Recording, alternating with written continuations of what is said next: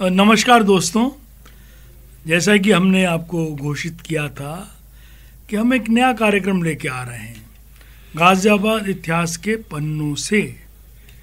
गाज़ियाबाद पहले क्या था, बढ़ते बढ़ते आज क्या हो गया, यूपी का प्रवेश द्वार बन गया, एनसीआर का एक बड़ा हिस्सा बन गया और निरंतर विकास होते होते महानगर बन गया। अब इस विकास को जिन लोगों ने देखा क्षणे क्षणे आगे बढ़ते हुए, उनको बहुत सी यादें हैं उस पुराने गाज़ियाबाद की जो बड़ी रोचक हैं, और जो उसके साक्षी हैं उनमें से एक हमारे बीच हैं आज। रवि अरोड़ा जी वरिष्ठ पत्रकार हैं, साहित्यकार हैं, पुस्तक लेखक हैं और गाज़ियाबाद का खूब ज्ञान है इन्हें। तो रवि जी, हिंट स्टूडियो में आपका स्वागत है और हम अपने श्रोताओं को बताना चाहते हैं कि आप साक्षी रहे हैं गाज़ियाबाद के विकास को देखते हुए, जब ये कैसे कैसे आगे बढ़ा है, इसकी पुरानी बातें क्या रही हैं, आपने इसको देखा है। आप गाज़ियाबाद कब आ गए थे, आपका परिवार कब आया था गाज़ियाबाद? धन्यवाद कमल जी।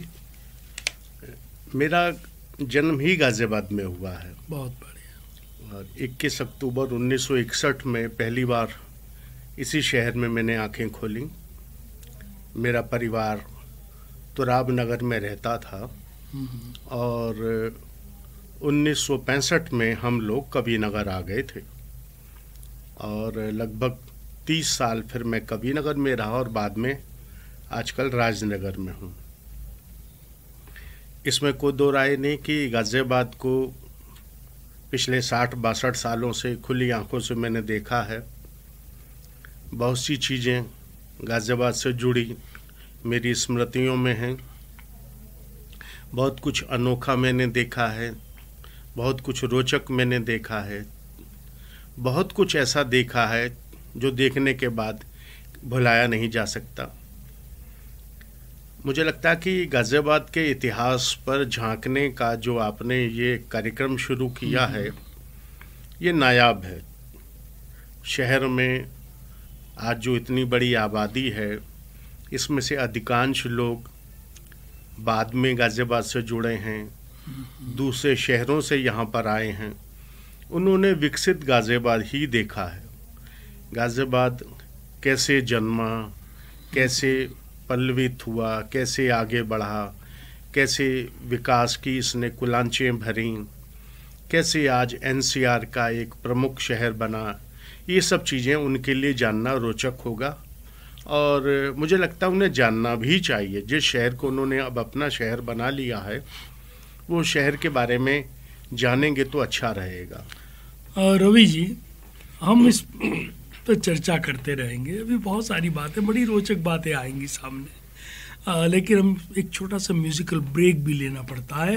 वो म्यूज़िकल ब्रेक लेंगे और श्रोताओं को एंजॉय अगर नहीं, बहुत रोचक बातें रवि अरोड़ा जी से हम जानने जा रहे हैं जो आप तक पहुंचेंगी, आपको बड़ी रोचक लगेंगी। हम अभी आए। वेलकम बैक, आपका फिर से स्वागत है।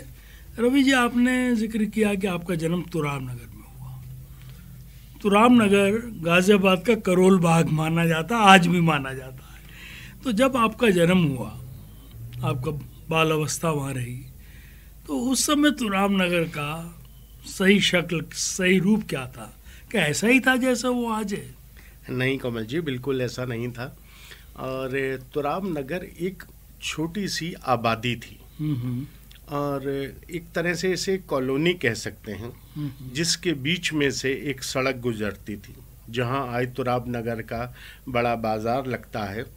यहाँ सिर्फ घर थे और मुझे याद पड़ता है कि जिस तरह हम सब्जी मंडी से तुराब नगर में एंटर करते हैं तो सीधे हाथ पर एक हलवाई की दुकान होती थी।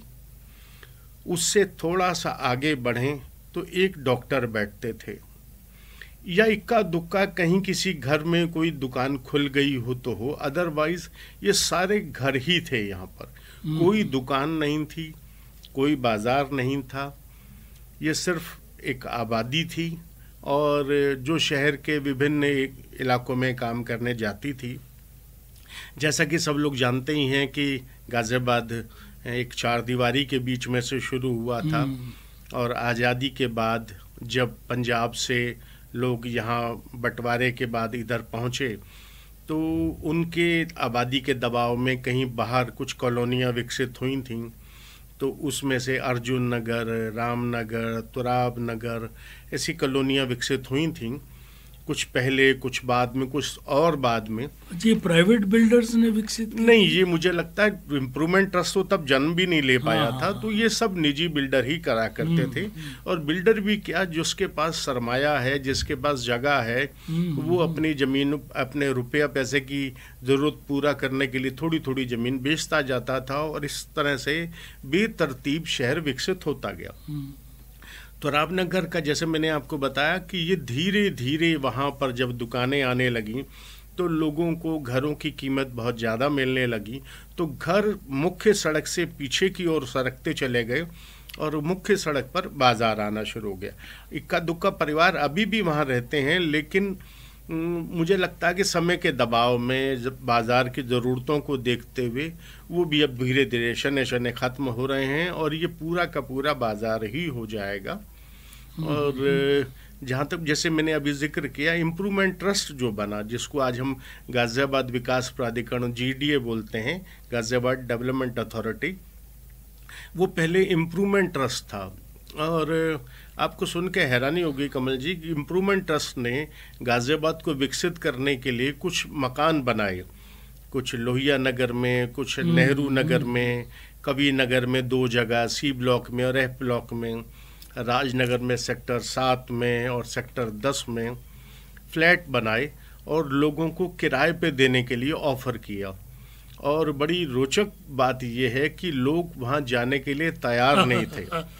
60 रुपये, 50 रुपये, 80 रुपये और अधिकतम 165 रुपये महीने किराए पे इम्प्रूवमेंट ट्रस्ट मकान देने को तैयार था कि सारी उम्र इसमें आप रहिए।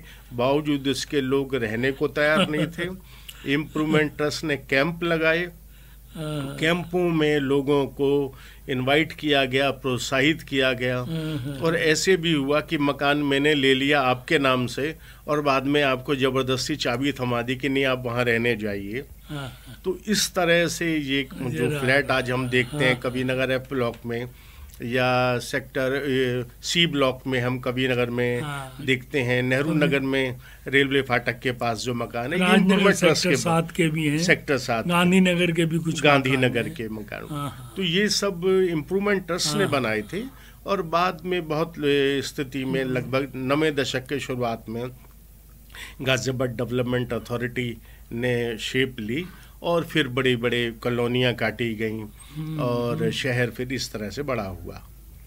तो दोस्तों, अब आपके सामने कितनी रोचक बात आई कि जब ये इम्प्रूवमेंट ट्रस्ट बना, शायद 61 या 62 में इसका जन्म हुआ, 1961-62 में।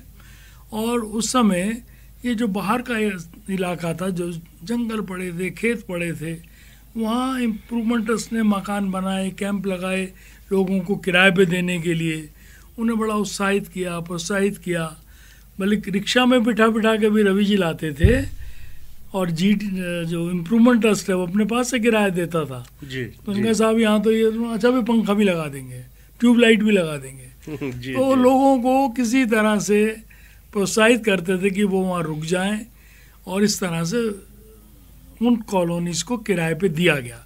तो रोचक बातें हैं ये दोस्तों। हम म्यूज़िकल ब्रेक ले रहे हैं, अभी लौट के आ रहे हैं, आप कहीं जाइए नहीं।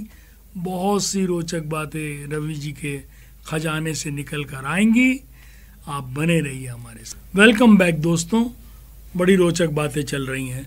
इतिहास का पन्ना पन्ना पलटा जा रहा है और साक्षी, बड़े साक्षी जिन्होंने खूब देखा इस शहर को, यहाँ पैदा हुए, वो परत दर परत खोल रहे हैं। रवि अरोड़ा जी वरिष्ठ पत्रकार हैं, साहित्यकार हैं और किताब भी लिख रहे हैं, तो नॉलेज इनकी अपेक्षाकृत औरों से अधिक है।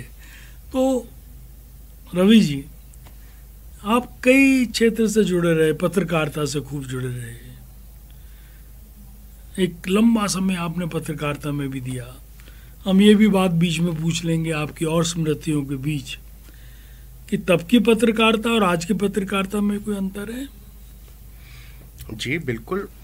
देखिए, ये एक प्रवाह है और इस प्रभाव में आप किसी भी क्षेत्र में जाएंगे, आप सिर्फ पत्रकारिता नहीं, किसी भी पेशे की बात करें, किसी व्यापार की बात करें, किसी देश, दुनिया, समाज, इंसानियत, किसी भी विषय की हम बात करेंगे तो प्रवाह है। पहले जैसा कभी कुछ नहीं रहता। दुनिया बदलती है, चीज़ें बदलती हैं, हालात बदलते हैं, पत्रकारिता भी बदली है। एक दौर था यहाँ पर कुछ राष्ट्रीय अखबारों के संवाददाता हुआ करते थे। वो लोग यहाँ से खबरें लेकर दिल्ली जाया करते थे और वहाँ जाकर वो उनको नोट करके देकर आते थे और एक एक हफ्ते बाद समाचार छपता था। यहाँ से डाक से भेजी जाती थी तो उसमें भी एक हफ्ता तो कम से कम लग ही जाता था। बाद में टेलीग्राम की भी अथॉरिटी, टेलीग्राम शुरू हुआ। कुछ बड़े अखबारों के यहाँ पर प्रतिनिधि हुआ करते थे।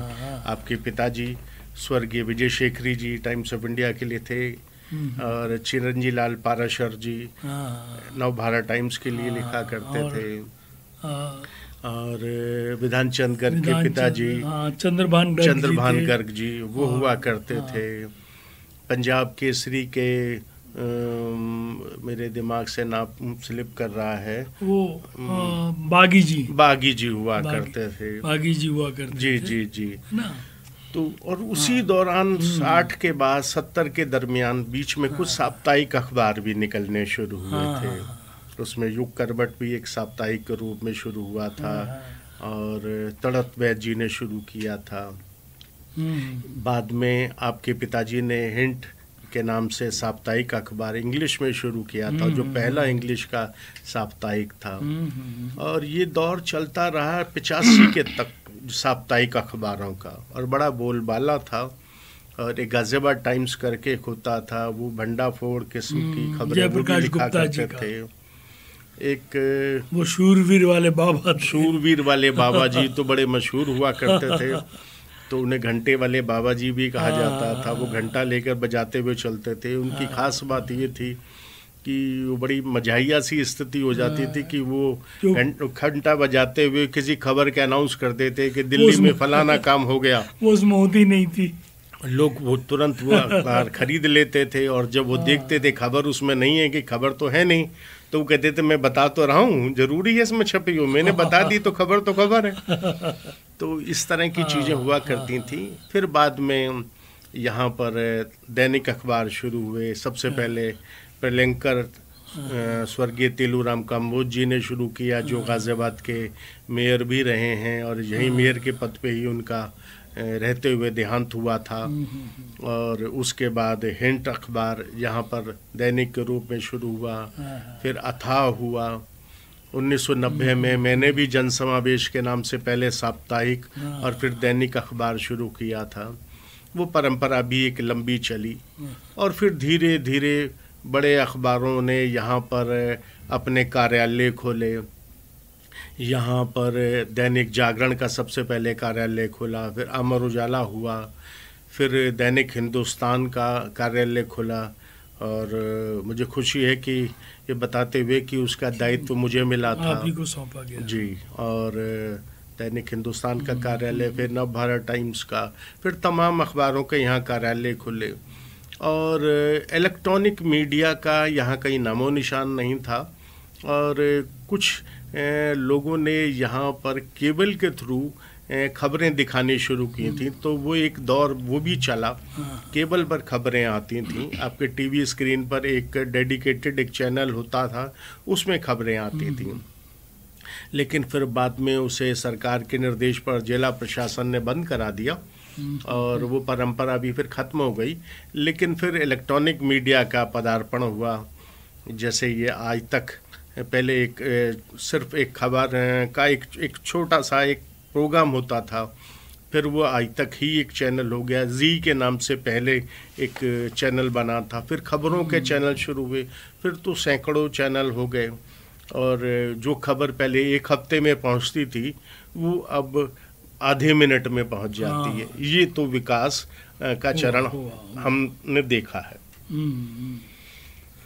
तो दोस्तों, आपने ये पत्रकारिता में जो इस दौरान बहुत सारे परिवर्तन हुए, कहाँ से कहाँ तक हम पहुँचे, ये अभी आपने रवि जी से सुना। बातचीत हमारी और जारी रहेगी। ले रहे हैं छोटा सा म्यूजिकल ब्रेक, आप कहीं जाइएगा नहीं। वेलकम बैक, आपका फिर से स्वागत है दोस्तों। और हमारी बातचीत गाज़ियाबाद इतिहास के पन्नों से जारी है। रवि जी ने कई रोचक बातें बताई हैं, अलग अलग क्षेत्र से जुड़ी। अब हम रवि जी ये जानना चाह रहे हैं, श्रोताओं को भी बताना चाहते हैं कि गाज़ियाबाद एक बड़ा औद्योगिक क्षेत्र बना। ये ऑयल इंजन से शुरू हुआ, ऑयल एक्सपेलर्स से शुरू हुआ, जो पंजाब से लोग आए थे उन्होंने, फिर एक बड़ा क्षेत्र बन गया। इसे जो इंडस्ट्रियल टाउन बोला जाने लगा, और फिर उसके बाद कुछ परेशानियां आईं, ये काफ़ी नुकसान में गया और क्षणे क्षणे इसमें काफ़ी हिरास हुआ। तो ये सब कैसे हुआ? कमल जी, इसके लिए मुझे लगता है हमें क्रेडिट हमारे पूर्व प्रधानमंत्री स्वर्गीय जवाहरलाल नेहरू जी को देना होगा। जवाहरलाल नेहरू जी की सोच थी कि देश में उद्योगों के विकास के बिना देश तरक्की नहीं कर सकता, और उनके प्रोत्साहन पर यहाँ पर गाज़ियाबाद में शुरुआती दौर में कुछ उद्योग लगे थे। उसमें एक पंजाब एक्सपेलर के नाम से, पंजाब ऑयल एक्सपेलर के नाम से थी वर्जीत चंद शर्मा जी का, जी शर्मा जी की, और एक गुरु नानक कंपनी खुली थी, गुरु नानक इंजीनियरिंग कंपनी, हंसपाल जी की। ये शुरुआती दौर में थी। उसके बाद फिर कुछ बड़े उद्योग आए थे, जैसे यहाँ पर पॉयशा भी था, जैन शुद्ध भी था। अच्छा रवि जी, ये जो गैनिको थी गुरु नानक जी, इसको नेहरू जी खुद देखने भी आए थे। जी, नेहरू जी न केवल देखने आए थे बल्कि उन्होंने प्रोत्साहन राशि भी हंसपाल जी को दी थी। और मुझे अमाउंट पूरा एग्जैक्ट तो याद नहीं है, लेकिन कहा जाता है कि 20,000 रुपए उस दौर में उन्होंने नेहरू जी ने प्रोत्साहन राशि भी दी थी उनको। जी, तो इस तरह से कुछ बड़े उद्योग मेरठ रोड पर आए थे, और 7वें दशक की शुरुआत में यहाँ पर स्वदेशी पॉलिटिक्स के नाम से भी एक बड़ा जयपुरिया जी का उद्योग यहाँ पर शुरू हुआ था। और यहाँ इतने बड़े बड़े उद्योग थे कि उनके सायरन से लोग टाइम का अंदाज़ा लगाया करते थे कि अब शाम के 5 बजे हैं, या ये पॉयशा का हूटर बजा है तो इतने बज गए, जैन शुद्ध का हूटर बजा है तो इतने बज गए। घड़ियां भी लोगों के पास नहीं थी, ट्रेन की आवाज़ों से टाइम लगाया जाता, अंदाज़ा लगाया जाता था कि 4 बज गए हैं तो फलानी गाड़ी निकली है, तो इसी हिसाब से ये समय हुआ है। तो ख़ास तौर पे महिलाएं तो इसी से ही अंदाज़ा लगा लिया करते थे, या बड़े बूढ़े इस हिसाब से अंदाज़ा लगा लेते थे कि ये टाइम हुआ होगा, या रेडियो पे ये कार्यक्रम शुरू हो गया है तो इतने बज चुके होंगे। तो ये दौर था उद्योगों का। और फिर बाद में ऑयल इंजन एक्सपेलर, ये जो इंडस्ट्री यहाँ पे ट्रेडिशनल थी, वो जो यहाँ के पंजाब के लोगों ने शुरू की थी, वो धीरे धीरे शने शने बाहर और शहरों में भी ये उद्योग लगने लगे, तो वो धीरे धीरे डाउन हो गया। लेकिन फिर यहाँ पर स्मॉल स्केल इंडस्ट्रीज़ का पदार्पण हुआ, और यहाँ पर धीरे धीरे 20,000 से अधिक स्मॉल स्केल इंडस्ट्रीज आ गई। और फिर कई इंडस्ट्रियल एरिया जो PSIDC ने डेवलप किए, और फिर यहाँ पर हर चीज़ बनाए जाने लगी। और आज ये गाज़ियाबाद के लिए बड़ी फ़ख्र की बात है कि सुई से लेकर हवाई जहाज़ के पुर्जे तक गाज़ियाबाद में बनाए जा रहे हैं। ये ठीक है कि बड़े उद्योग अब यहाँ नहीं रहे, लेकिन छोटे उद्योग यहाँ पर बहुत फले फूले और आज भी फल फूल रहे हैं। और जिस तरह से प्रदेश सरकार भी कोशिश कर रही है कि नए उद्योग आएँ, तो जो मकड़ जाल एक ब्यूरोक्रेसी का, लाल फीता शाही का उद्योगों पर था, वो शिकंजा भी कुछ ढीला हुआ है। और मुझे लगता है कि गाज़ियाबाद का नाम एक बड़े औद्योगिक शहर के रूप में देश में जाना जाएगा। हालांकि आज भी गाज़ियाबाद का नाम है और कानपुर के बाद दूसरे नंबर पर इसको गिना जाता है, लेकिन अभी इसमें बहुत गुंजाइश है, अभी विकास की इसमें बहुत संभावनाएं हैं और अपार संभावनाओं से भरा हुआ है हमारा शहर। तो दोस्तों, आपने सुना किस तरह हमारी छोटी इंडस्ट्री पंजाब से जो लोग आए थे यहाँ, उन्होंने शुरू की, ऑयल इंजन से शुरू की, ऑयल एक्सपेलर से शुरू की, फिर धीरे धीरे छोटी कॉटेज इंडस्ट्रीज़ बनी, स्मॉल मीडियम स्केल की इंडस्ट्रीज़ आई, और कुछ बाद में वातावरण बना कि उनको नुकसान हुआ, कुछ लेबर प्रॉब्लम्स हुई, लेकिन आज भी जैसा रवि जी बता रहे हैं, सुई से लेकर जहाज के कल पुर्जे भी यहाँ बन रहे हैं। तो और भी हम जानना चाहेंगे, आपको अभी बताएंगे इस ब्रेक के बाद कि एजुकेशन का डेवलपमेंट यहाँ कैसे हुआ है, ये एजुकेशन हब कैसे बना। तो एक छोटा सा म्यूज़िकल ब्रेक ले रहे हैं रवि जी, इस विषय पे आपसे फिर बात करेंगे। और दोस्तों, कहीं जाइए नहीं, अभी हम आपको बताएंगे कि शिक्षा का विकास इस शहर में कैसे हुआ। वेलकम बैक, आपका फिर से दोस्तों स्वागत है। बातें बड़ी रोचक चल रही हैं, हमने कई क्षेत्रों पे बात की, इंडस्ट्री पे भी बात हुई, शहर के कई क्षेत्रों पे, तुराम नगर पे भी बात की गई, और जो इम्प्रूवमेंट ट्रस्ट ने कॉलोनीज बनाकर कितना जोर लगाकर उनको किराए पे चढ़ाया, वो बात भी हुई। रवि जी, इस दौर में हमारे गाज़ियाबाद जो इंडस्ट्रियल टाउन के नाम से जाना जाता था, वो शायद थोड़ा सी पहचान इंडस्ट्रियल टाउन की धीरे धीरे उसका कुछ कम हुआ, हिरास हुआ, लेकिन एजुकेशन हब बनता चला गया। और धीरे धीरे ऐसे ऐसे इंस्टीट्यूट यहाँ आ गए जिन्होंने अपनी बड़ी पहचान बनाई, यहाँ भी बनाई, बाहर भी बनाई, और दूर दूर से बच्चे यहाँ पर पढ़ने, इंजीनियरिंग में, मैनेजमेंट में पढ़ने के लिए आए। तो ये परिवर्तन आपने देखा होगा कि एजुकेशन हब ट्रांसफ़र होके कैसे शहर विकसित हुआ। बिल्कुल ठीक कहा आपने कमल जी, गाज़ियाबाद आज एजुकेशन हब के रूप में भी जाना जाता है, और इसकी शुरुआत हुई थी 8वें दशक में। यहाँ पर एक सतीश गोयल जी करके उद्योगपति थे, शायद उनकी कंपनी का नाम मैं भूल रहा हूँ, यहाँ बुलंदशहर रोड पे उनका उद्योग था। वो बेशक बहुत पढ़े लिखे व्यक्ति थे। उन्होंने यहाँ पर मैनेजमेंट का एक कॉलेज शुरू किया, कवि नगर एम ब्लॉक में, कोठी किराए पर लेकर। IMS के नाम से उन्होंने एक संस्थान शुरू किया, और शहर में जो आज बड़े बड़े जो कॉलेजेस के मालिक हैं, वो उसके अंदर भागीदार थे। ये 11 लोगों ने मिलकर वो शुरू किया था, और फिर बाद में बुलंदशहर रोड औद्योगिक क्षेत्र में IMS के नाम से उन्होंने मैनेजमेंट का बड़ा संस्थान शुरू किया। शुरुआत सतीश गोयल जी को मुझे लगता क्रेडिट देना चाहिए। दूसरा क्रेडिट दिया जाना चाहिए हमारे शहर के विधायक अतुल गर्ग जी को। यहाँ पर एक उद्योग था इंडाना, जब वो इंडाना उद्योग बंद हुआ तो वहाँ पर अतुल जी के प्रयासों से काइट के नाम से एक इंजीनियरिंग कॉलेज शुरू हुआ। वो दौर था, उस ज़माने में प्राइवेट इंजीनियरिंग कॉलेज नॉर्थ में नहीं हुआ करते थे। किसी को अगर इंजीनियरिंग कॉलेज में एडमिशन लेना है तो वो सरकारी उसमें IIT में या तो वो जाएगा या साउथ के किसी संस्थान में उसे जाना पड़ेगा। तो यहाँ काइट के नाम से अतुल जी के प्रयासों से एक इंजीनियरिंग कॉलेज शुरू हुआ। उसके बाद फिर अजय कुमार गर्ग भी आए और ABES भी आए। इन्हीं पर लोगों के द्वारा ग्रुप के रूप में एक इंद्रप्रस्थ भी शुरू किया गया। जो टाटा ऑयल मिल थी मोदी ने मेरे उसको बोलते हैं मोहन नगर में टाटा ऑयल मिल जब वो बंद हुई तो वहाँ पर उन्होंने KEC के नाम से कृष्णा इंजीनियरिंग कॉलेज शुरू किया।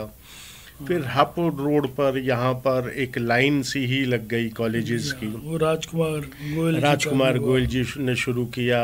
उनके बेटे जो हमारे शहर के विधायक हैं दिनेश गोयल जी, वो उसके संचालन कर रहे हैं। फिर हमारे जो एमपी हैं अनिल अग्रवाल जी, HRIT उन्होंने शुरू किया।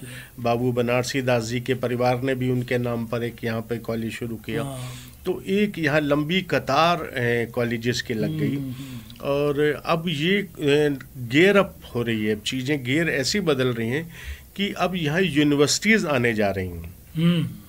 जैसे कि अभी अखबारों से पता लगता है कि यहाँ पर जो हापुड़ रोड पर सुंदरदीप इंजीनियरिंग कॉलेज है वो यूनिवर्सिटी ला रहे हैं। अखबारों में उनसे संबंधित उनके विज्ञापन भी आ रहे हैं।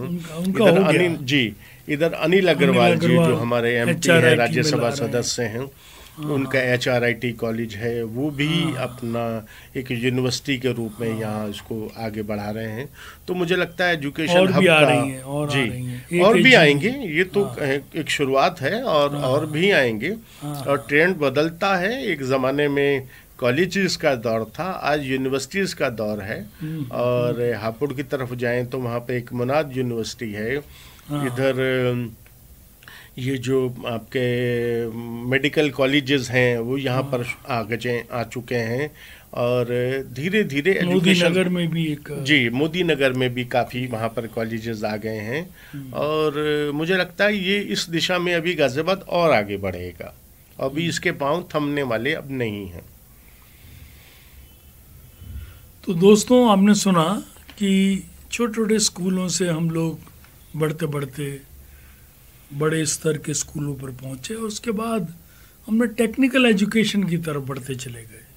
मैनेजमेंट कॉलेजेस खुले, इंजीनियरिंग कॉलेजेस खुले, और अब यूनिवर्सिटीज़ खुलनी शुरू हो गई हैं। 2-3 यूनिवर्सिटीज़ ऑलरेडी खुल गई हैं, पाइपलाइन में हैं। और कई सारी, जैसे रवि जी बता रहे हैं, कई सारी यूनिवर्सिटीज़ बहुत जल्दी आने जा रही हैं। तो दोस्तों, हमारा ये बातचीत का दौर जारी रहेगा। आप कहीं जाइएगा नहीं, हम अभी आ रहे हैं, आप इंतज़ार कीजिए।